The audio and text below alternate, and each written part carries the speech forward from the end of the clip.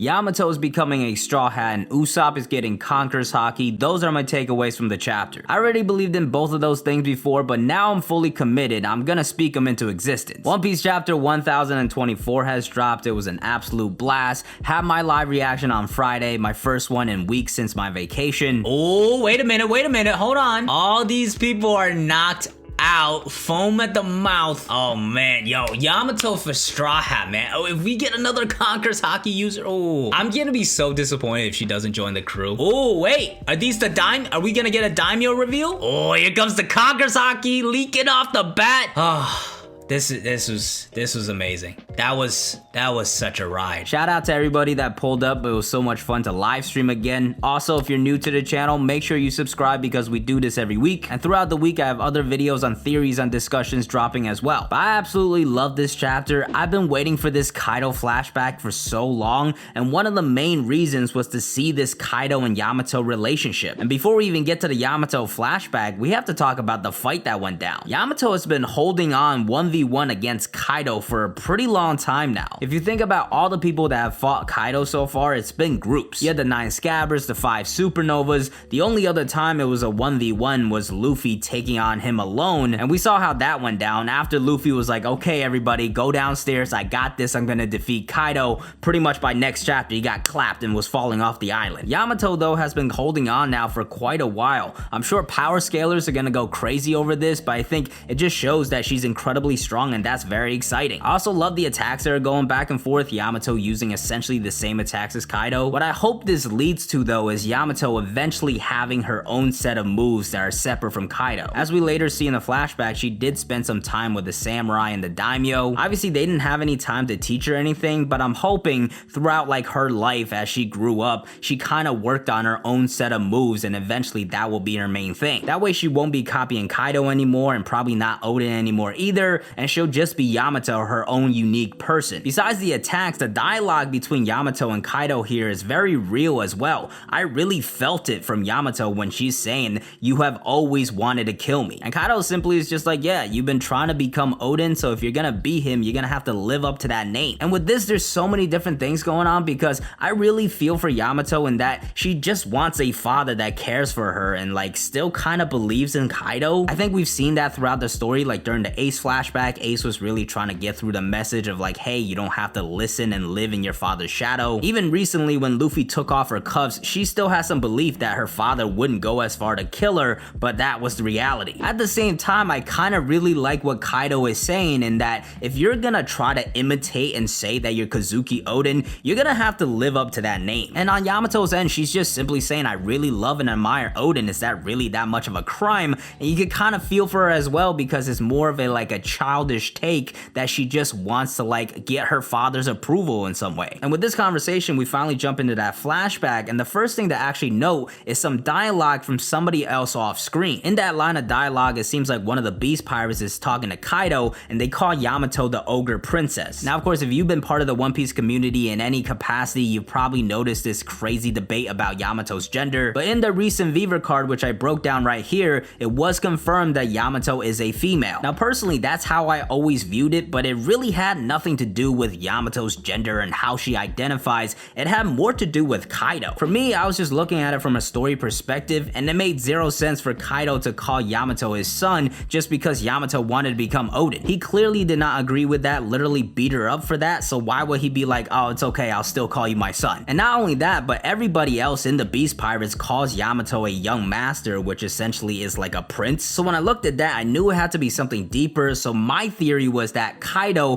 called Yamato his son essentially because he wanted the heir to become the Shogun of Wano. Again, I did a video on that right here if you want to check that out. But yeah, that's been my theory for a while, so the fact that Yamato here is being referred to as the Ogre Princess, which I think was confirmed in the Viver card as well, that's very interesting. I'm guessing at some point Kaido was like, Yamato's gonna be my heir and gonna be the Shogun of Wano, and that's when he made that shift of calling Yamato his son and made everybody else call Yamato his son. And I think you could kind of see some of that developing in this flashback, where first off, we see Yamato as Conqueror's Haki, which a lot of people speculated about, but Yamato actually having it is a pretty big deal. I know recently there's been a lot of people that have been getting Conqueror's Haki, but still within the story, there's only 16 people that have it and 4 of them are dead. So Yamato having it is pretty hype. It makes me want her to be a Straw Hat even more. But if you look at Kaido's reaction here, he's almost like evaluating her. He says Conqueror's Haki, that's a good sign. I think it's very clear that there's no love from Kaido's side to Yamato. He's essentially treating her like she's like a racehorse. He's looking at her purely through her attributes and more so as a weapon. A similar comparison is actually judged with his kids. And there's a lot more to the Sanji comparison, which we'll talk about in a little bit. But yeah, this flashback just further confirms my thoughts on the Kaido and Yamato relationship. I don't think Kaido cares for Yamato at all and just really sees her as a resource, which does make me very curious about Yamato's origins and her mother and where she's really from. Now clearly, as we see in this flashback, she's definitely spent most of her life in Wano, but where she's actually from and who her mother is, I think that has to be revealed, and that's going to be critical to Yamato's development. Because one thing I am thinking about is why Yamato is seemingly a good person. She's clearly very influenced by Odin, but